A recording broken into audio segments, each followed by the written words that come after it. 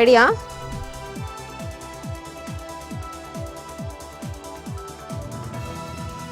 హైదరాబాద్ గాంధీ భవన్ ముందు తుంగతుర్తి కాంగ్రెస్ నేతల ఆందోళన, ఎమ్మెల్యే మందుల సామెల్ కు మద్దతుగా ధర్నా.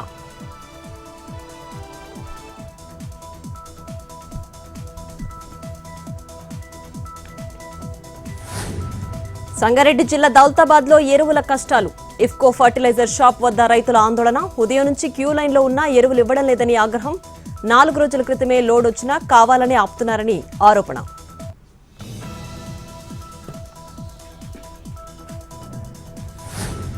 విజయవాడ ఆటోనగర్లోని మెకానిక్ షెడ్లో అగ్ని ప్రమాదం, పార్కింగ్ చేసిన ప్రైవేట్ బస్సులకు వ్యాపించిన మంటలు, పలు బస్సులు దగ్ధం. మంటలను ఆర్పిన ఫైర్ సిబ్బంది. 3 కోట్ల ఆస్తి నష్టం జరిగినట్లు అంచనా.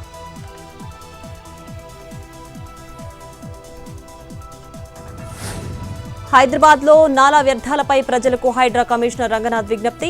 నాలాల డీసిల్టింగ్ సందర్భంగా బయటపడిన టన్నుల కొద్దీ ప్లాస్టిక్ వ్యర్థాలు. ప్రజలు ఇంట్లోని చెత్త, ప్లాస్టిక్ వ్యర్థాలను నాలాల్లో వేస్తున్నట్లు గుర్తింపు, అలా చేయొద్దని విజ్ఞప్తి.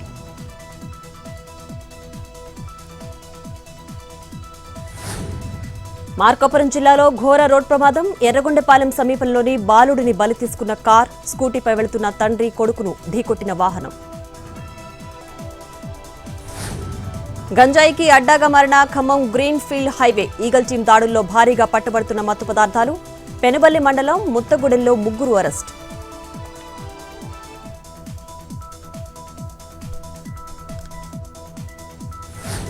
నిజామాబాద్ జిల్లా మంజీరా పరివాహక జింకల కలకలం. హుంస, మందర్న, ఖజాపూర్ శివార్లలో పంట పొలాల్లో సంచారం. దెబ్బతిన్న సోయాబీన్ పంటలు.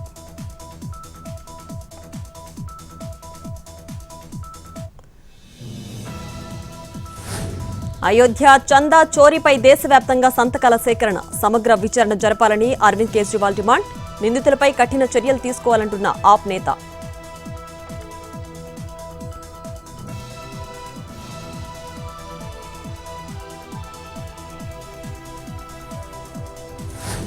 తమిళనాడులోని కరూర్ జిల్లాలో అగ్ని ప్రమాదం. ప్రైవేట్ బస్సుల మెకానిక్ షెడ్యూలో చెలరేగిన మంటలు. 3 వాహనాలు దగ్ధం. విచారణ చేపట్టిన అధికారులు.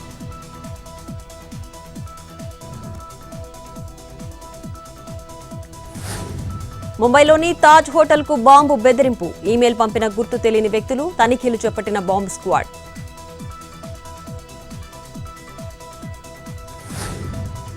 యాదాద్రి లక్ష్మీ నరసింహస్వామి వారి ఆలయంలో భక్తుల రద్దీ. ఆదివారం కావడంతో ఒక్కసారిగా వచ్చిన జనాలు.